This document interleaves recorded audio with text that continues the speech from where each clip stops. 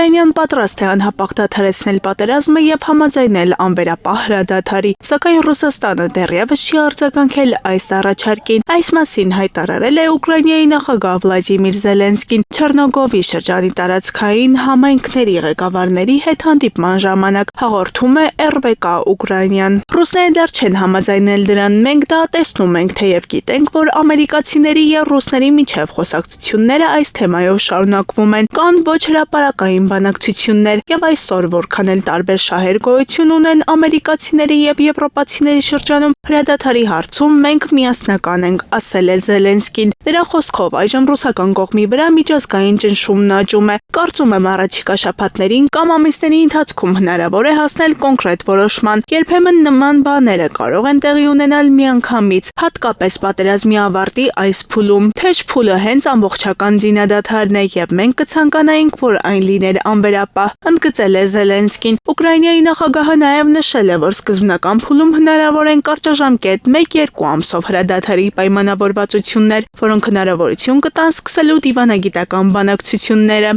Սա հնարավոր է տարբեր երկրների համար քննարկելու խաղաղության դիվանագիտական տարբերակները։ Դա ժամանակ է պահանջում եւ որպեսզի այդ ընթացքում որևէ կողմ ճնշմանը չթողնվի, անհրաժեշտ է հաստատել հրադադարի ռեժիմը, նշել է Զելենսկին։ Նշենք, որ ԱՄՆ պատվիրակությունները նախկինում հանդիպել են Ուկրաինայի եւ Ռուսաստանի ներկայացուցիչների հետ, քննարկելով 30 օրյա հնարավոր հրադադարի տարբերակը։